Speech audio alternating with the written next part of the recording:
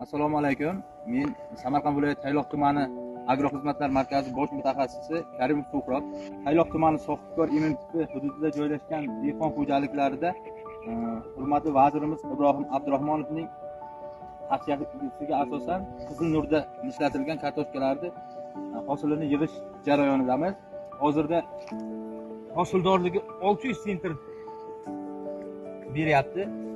Bunda Qizil Nurda ishlatilgan kartoshkalarni an'anaviy ekilgan kartoshkalarga nisbatan hosildorligi juda zo'r. Mana kartoshkalarni o'zingiz ko'rishingiz mumkin. Bir dona kartoshkaning kilogrammi 1 kilo 300, 1 kilo 400 grammgacha chiqyapti. Mana kartoshkalar.